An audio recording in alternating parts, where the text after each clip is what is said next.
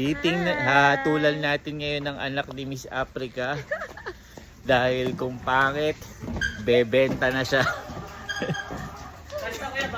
Ooh, ganda. Ngayon yan. Ganda ng anak ni Miss Africa. Ang laki. Grabe. Miss Africa, natakot ka? Ha? So hindi ka namin bebenta?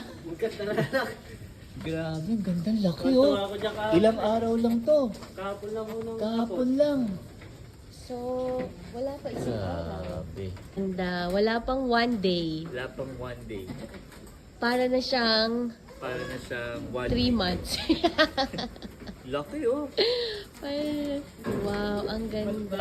Sa anak niya, ano? Ni Osi. Si Miss Africa. Kasama na siya sa program natin. Yung sa Dairy. Very good, Mommy Africa. Very good. Very good, Miss Africa. Ang ganda. Oh, Ayan. very good. Ay, oo Grabe, nga. Ang laki niya. Tuwang ko yung katawan ng tatay, no? Grabe, no? Kasi may bagong anak na rin ho doon. Okay, naalala niyo ba si Miss Africa? Na nagtataka kayo kung ba't walang number si Miss Africa?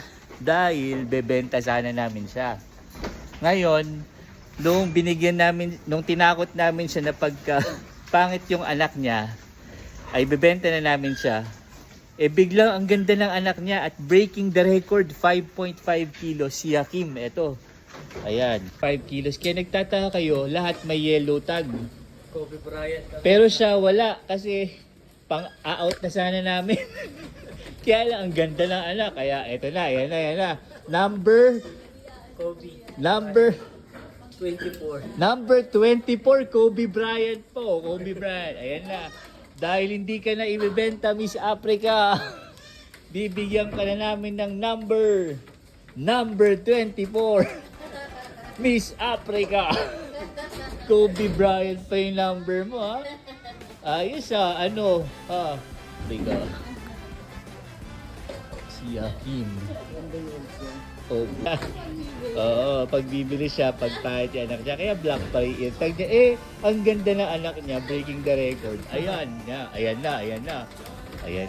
Very good, Miss Africa. Congratulations. Welcome to Bana Goat Farm.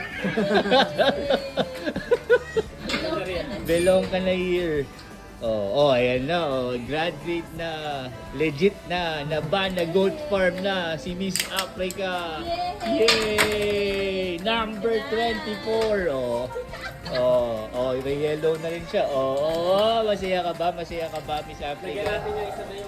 Speech. Ayos,